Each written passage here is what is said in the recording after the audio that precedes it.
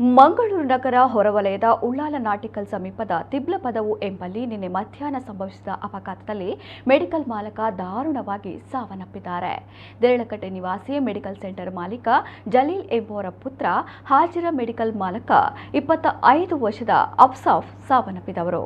ನಿನ್ನೆ ಮಧ್ಯಾಹ್ನ ದೇರಳಕಟ್ಟೆ ಕಡೆಯಿಂದ ತಿಬ್ಲಪದವು ಕಡೆಗೆ ಬೈಕ್ನಲ್ಲಿ ಅವರು ತೆರಳುತ್ತಾ ಇದ್ರು.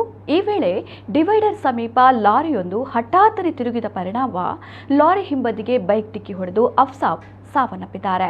ಕೆಲ ವರ್ಷಗಳ ಹಿಂದೆಯಷ್ಟೇ ಕಲಿಕೆ ಮುಗಿಸಿ ಅಫ್ಸಾಫ್ ದೇರಳಕಟ್ಟೆ ಜಂಕ್ಷನ್ನಲ್ಲಿ ಮೆಡಿಕಲ್ ಅಂಗಡಿಯನ್ನ ನಡೆಸುತ್ತಾ ಬಂದಿದ್ದರು.